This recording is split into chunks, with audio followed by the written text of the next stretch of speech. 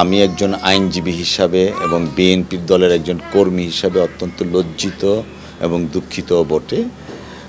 এই অনাকাঙ্ক্ষিত ঘটনা ঘটার সাথে সাথে আমি ওনাদের সাথে কথা বলেছি এবং যে একজন জাবেদ সাহেব দুঃখজনকভাবে আহত হয়েছিলেন ওনাকে হাসপাতালে পাঠানোর ব্যবস্থা করেছি।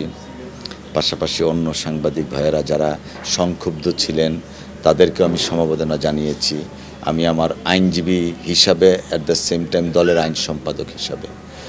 বিষয়টা আসলে কি, ঈশ্বরদীর একটা গ্রাম থেকে অনেক লোক একবারে চলে আসছে, যেটা আমরাও জানতাম না এবং তারা অনেকেই হয়তো হাইকোর্ট কখনো দেখেও নি।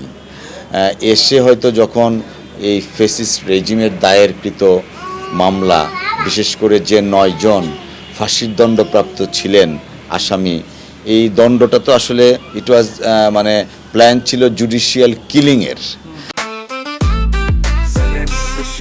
জেনেক্সে শিফট করো, লাইফকে লিফট করো।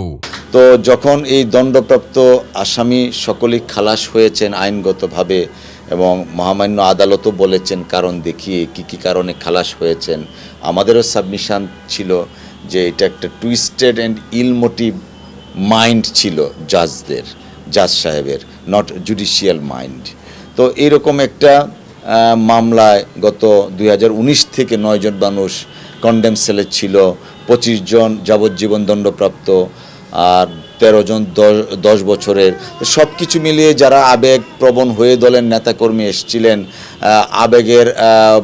আবেগতাড়িত হয়ে না বুঝে অনেক কিছু করে ফেলেছে, যা করেছে সেজন্য আমরা লজ্জিত, দুঃখিত এবং মর্মাহত বটে।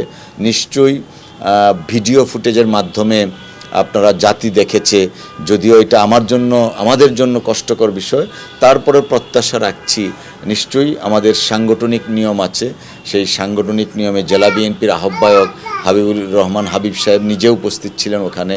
তো সাংগঠনিক নিয়মে নিশ্চয়ই ওনারা কোনো সিদ্ধান্ত নেবেন, সেটা আমি প্রত্যাশা করি।